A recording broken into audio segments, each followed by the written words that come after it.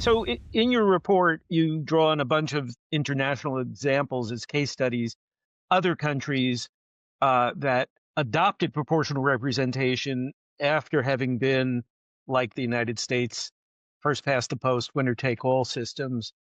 Which of those examples, New Zealand, South Africa, Belgium, et cetera, which one do you think offers the most relevant lessons for us now? New Zealand actually provides a lot of really great lessons, not Hmm. just because it's more recent than some of the other cases that we looked at in the paper, but also because I think it's a really great illustration of how movement and energy for change can build from a place of people really just believing that their system should be fair, right? And their vote should Hmm. matter, and that their leaders should be accountable to them. There are a lot of things about politics in New Zealand in the 1970s and 1980s when sort of the movement for PR really got started that would, I think, feel familiar to a lot of Americans.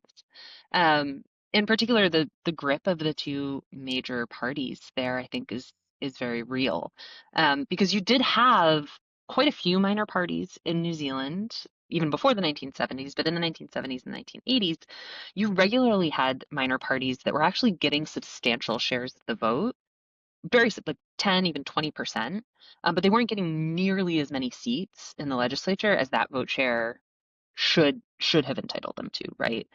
One would think. So in one election, you get a minor party that gets almost 21% of the vote, and they get 2% of the seats Wow. in the legislature. Hmm. And that's a feature, not a bug, of winner take all systems, right? They disproportionately allocate seats to the bigger parties.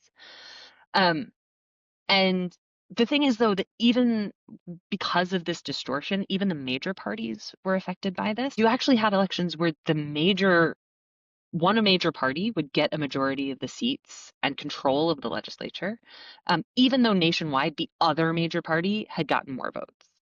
Yeah. Right. So this was a problem for the major parties as well.